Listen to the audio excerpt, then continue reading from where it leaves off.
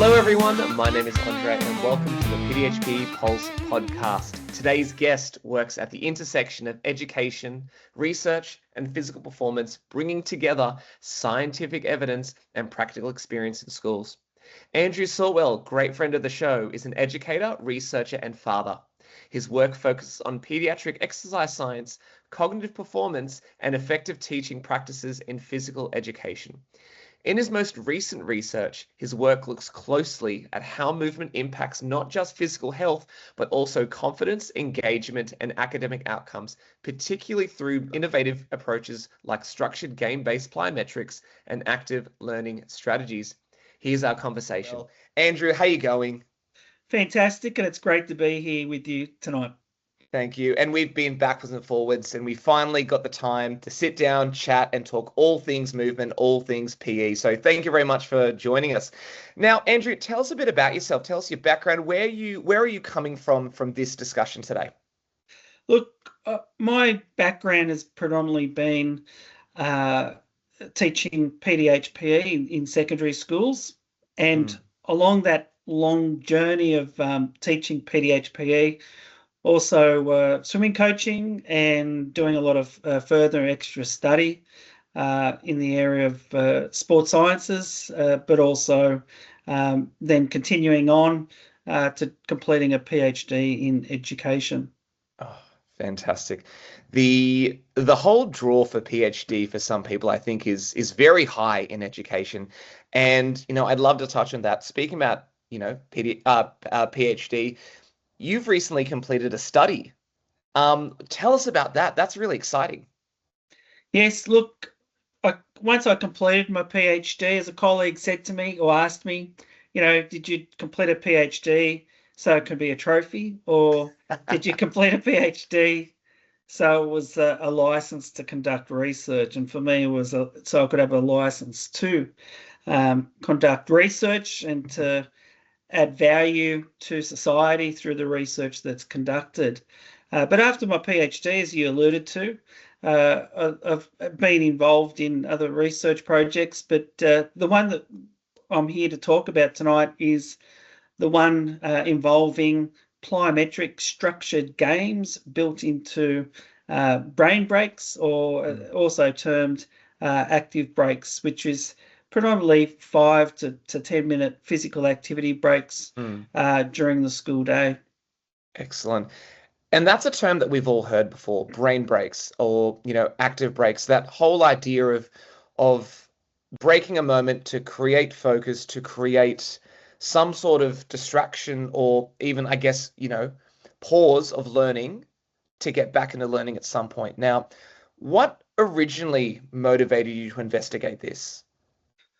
Look, as you're aware, but the viewers may not be, is, I've got a very strong background in the pediatric exercise science, and something that was missing in terms of the active breaks is the infusion of pediatric exercise science, and more specifically, looking at the benefits of, rather than students being unleashed to the playgrounds to move and hopefully engage in physical activity, it was about providing structured breaks where all students are involved, all students are active, but they're not just moving, but they're engaging in plyometric exercise or training unknowingly, which has a lot of benefits. And it's been used by Russian coaches since the late 60s and 70s.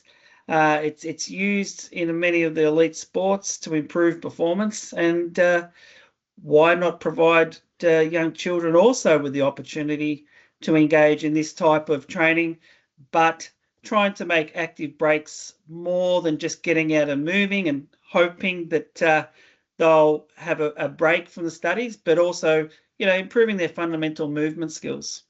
Yeah. And I think that's a really, really solid point that you're mentioning, is that, you've argued that active breaks are primarily being, used and justified to bring attention back and executive function. That's too narrow, you feel. Why do you say that? If you were to watch children go out into the playground, and if it's just unstructured activity or a brain break, you'll definitely see some children moving at a high intensity, which leads to those brain break benefits. But you will also see some children that are just left out of the different games that are occurring in the playground. You may see also some students that aren't well connected with others and they're sitting on their own. And for a lot of students, unstructured breaks, this is my view, but it can actually lead to extra load on the brain and also anxiety and stress if they struggle to find others to interact with, and also just the work involved in thinking about, well, what we're going to do. It doesn't actually lead to a brain break at all. Yeah, and from my experience as well, the whole idea of brain break for some kids, and I'm going to say this very casually, it's just to mess about. It's just time to mess about and just hang out with your friends, and it's just totally unstructured. And sometimes we don't know how to structure it, or we don't intentionally structure it. Andrew, I understand that you've noticed that there is a gap in literature when it comes to, brain breaks or active breaks. What was that gap, and what did you really want to try and address? Look, one of the gaps, major gaps in the literature is they tend to have one objective, and it's usually based around improved academic performance.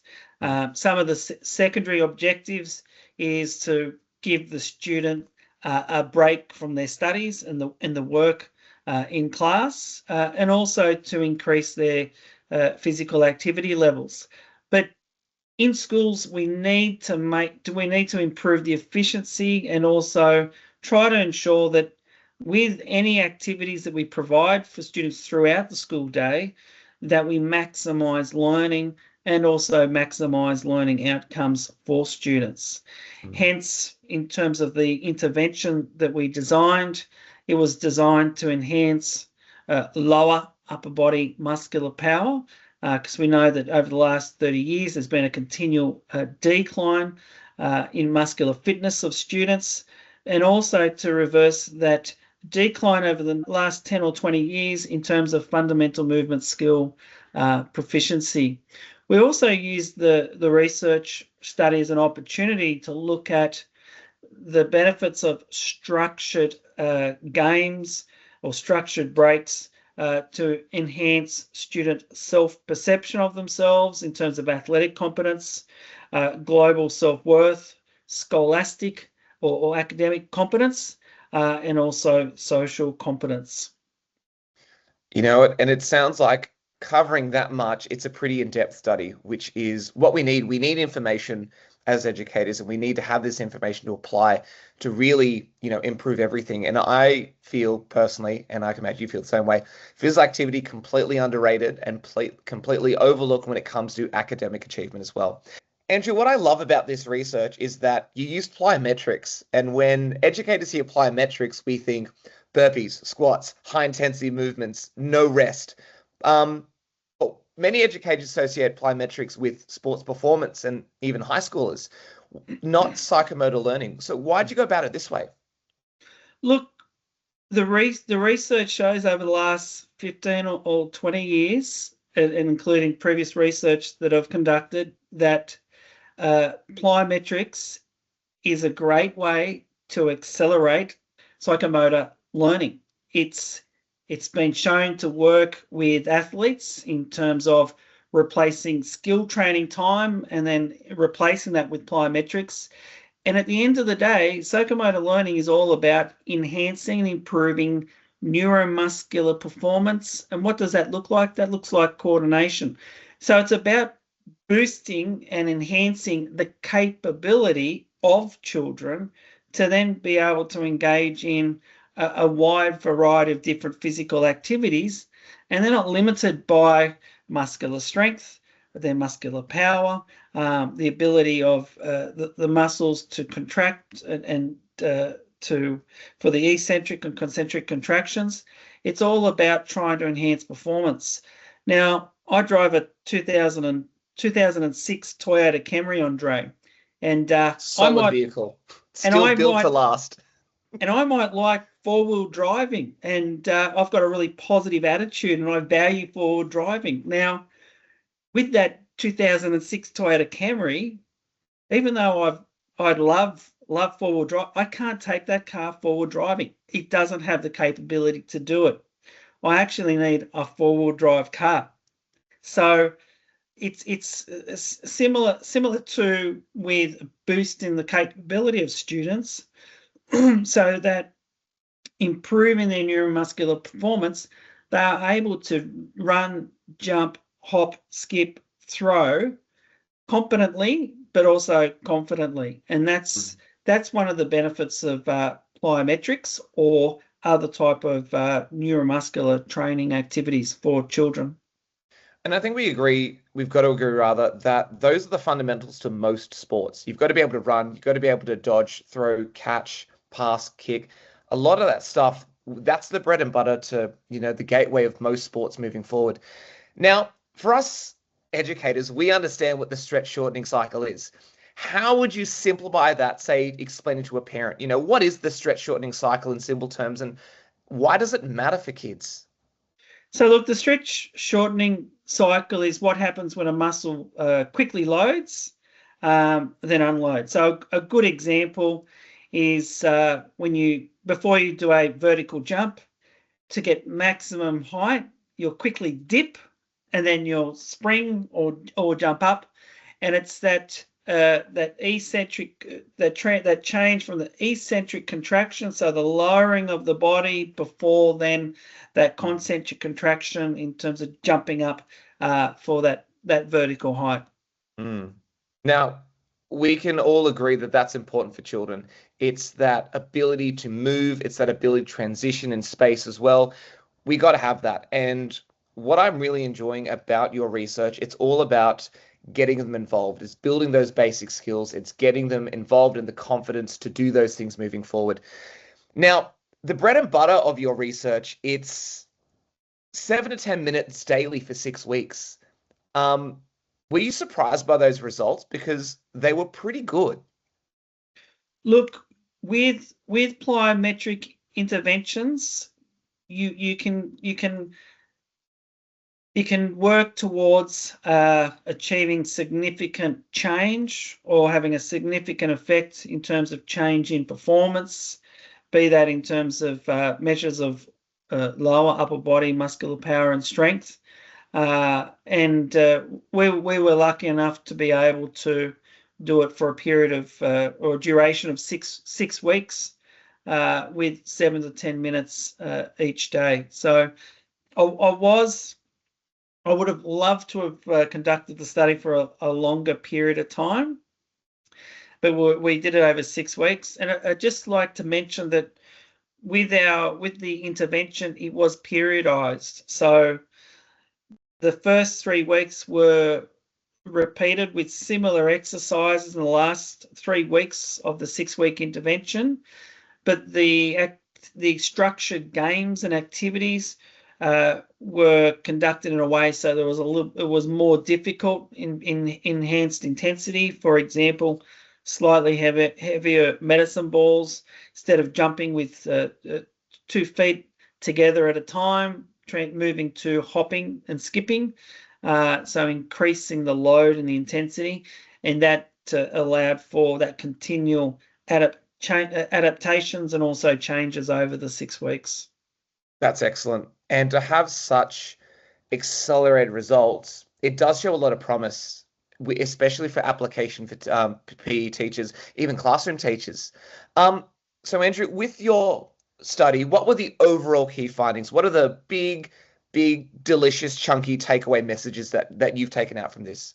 So we used the Canadian Agility Movement Skill Assessment to assess the change in fundamental movement skills over that 6-week period, and we saw a significant effect within that intervention group, and there was a significant difference by the end of the study in terms of fundamental movement skill proficiency between both the control group and also the intervention group.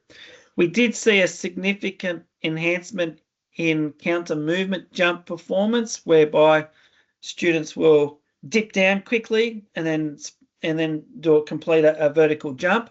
There was a significant change within the intervention group, but not a significant difference overall in terms of difference between the intervention and the control group.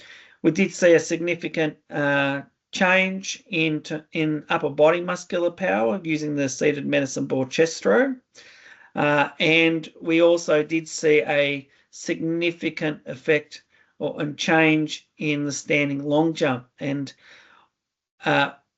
even though we didn't see a significant difference with the counter movement jump between intervention control group, one of the possible reasons for that is that a lot of the movements, the plyometric movements that the students engaged in during the study involved the students jumping for horizontal distance. Hence, we did see that improvement or significant improvement in the standing long jump. Whereas in the counter movement jump, there wasn't that, not a significant difference between the control and intervention group at the end. So that's sort of the physical indicators in terms of the benefits of the intervention with the structured plyometric games. In terms of self-competence or the student-child perception, we did see a significant effect in terms of scholastic and also social competence, which is a great win, because if the students can start to build that self-belief for themselves from engaging in a structured program where they can see themselves improving, it adds to that self-belief that, you know, if I can apply myself and improve in the area of psychomotor learning, then there's probably that opportunity to also improve in other areas in terms of learning in the classroom. In terms of teacher perception or rating of child's actual behaviour, which was related to child perception as well, the teacher's rating scale of child's actual behaviour saw a significant improvement in terms of social competence as well.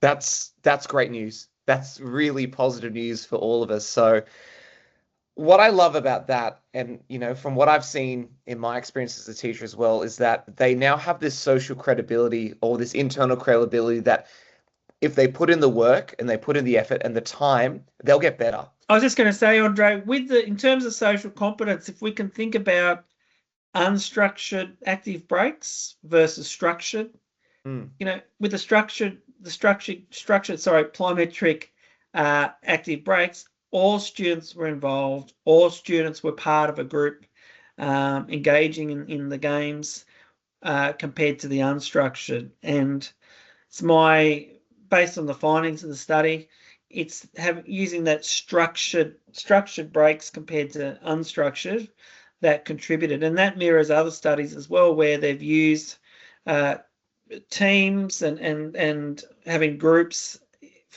for delivery or implementation of different sports or physical activities. And it builds that not just social cohesion, but also that social competence where people feel more confident in being able to interact with others. I love that. I absolutely love that. Now, Andrew, what every teacher wants to hear is, how on earth am I going to implement this in my classroom or my teaching or my program? So based on your research and based on your understanding, what are some key takeaways of implementation we can put this in the classroom and start doing it? Look, firstly, with if a teacher is going to provide their primary school students with brain breaks or active breaks, it would be best or more ideal to provide structured breaks, whereby it is guided by the teacher, supervised by the teacher, and providing games or activities which require the involvement of all students. So to ensure that all students are involved, using small groups, and it might be groups of 4 to 6 students. And that way, the students are going to be more active compared to a large group activities where it might be dodgeball, for example, and we know playing dodgeball that a student could be standing there at the very start of the game and still stay in the same spot till the very end. So it's important to make sure structured games using small groups, and it's really easy to incorporate plyometrics. It could, in relation to the game that they're playing, it could be to move, you need to jump, or you need to hop, or you've got to skip, or you've got to bound. So there's a number of ways to provide opportunities to engage in plyometrics. Now, my previous or earlier research, which mirrors, research that's been conducted all the way around the world, is incorporating plyometrics as part of the warm-up. And just engaging students in 10 minutes of plyometrics at the start of the lesson, you'll probably reap bigger improvements in fundamental movement skills than just conducting a traditional warm-up, maybe with static, dynamic stretches, and moving the students from low to high intensity activity before they engage in the lesson. I don't know about you, Andrew, but my traditional warm growing up was running laps around the oval. Gosh, that brings me back. It brings me back. I'm glad we don't do that anymore.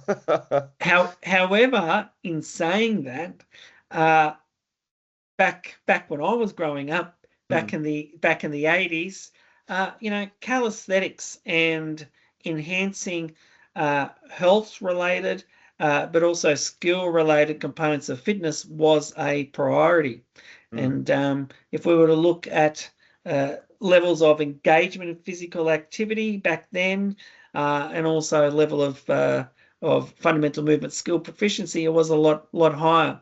And to help students work towards those curriculum outcomes in terms of being proficient with those basic skills, run, jump, hop, skip, and throw, providing an intervention or as a teaching and learning strategy, something to boost their psychomotor learning, such as plyometrics, can only help the students work towards the outcomes.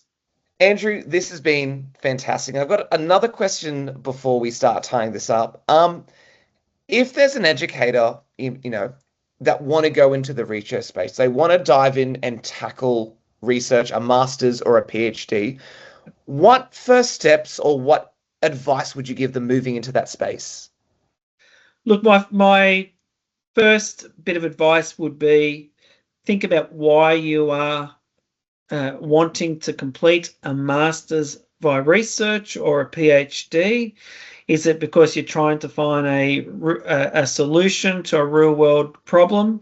Is it that you've identified a gap in the literature and you want to find the answers and provide a solution or to fill that particular gap? Two, the other bit of advice is, if you're going to conduct research, do it in an area in which you have a lot of knowledge of, but also you're quite passionate about.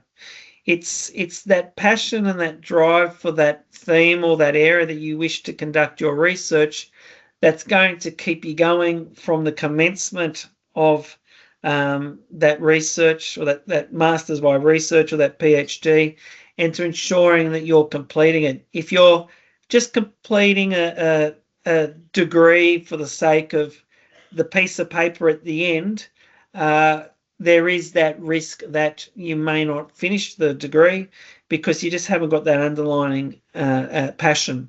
And also, if you're thinking about completing a degree via research, think about, well, where to next after that? And possible research opportunities that may come after. Yeah, really valid points. And I think the amount of respect I have for anyone that does research, because it's a long drive. It's such a long way until the light of the tunnel. And I can imagine it's such an achievement when you get that result, or any result really, and it's done. I can imagine the feeling is just Incredible. Andrew, this has been absolutely fantastic. We finally got the time to sit down, chat, talk exercise, talk research. I've loved it. Thank you so much. I'm going to add your most recent research, the one that we've been talking about, to the show notes so people can reach out, have a look at your research, and see what you've done. This has been fantastic. Thank you so much. You've been listening to the PDHPE podcast. My name is Andre. You've been listening to Andrew, and we'll catch you later.